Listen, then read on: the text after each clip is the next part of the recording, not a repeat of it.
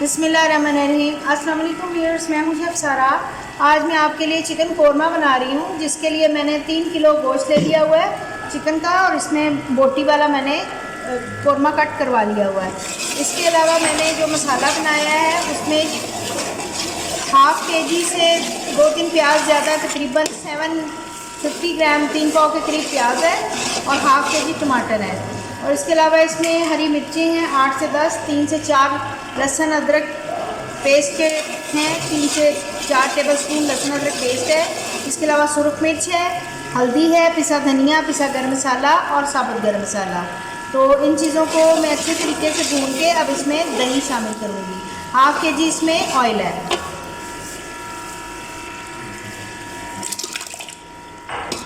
तकरीबन 1.5 कप दही का इसमें डाल रहे हैं। अब हम इसमें चिकन डालेंगे और इसको अच्छे तरीके से भूनेंगे।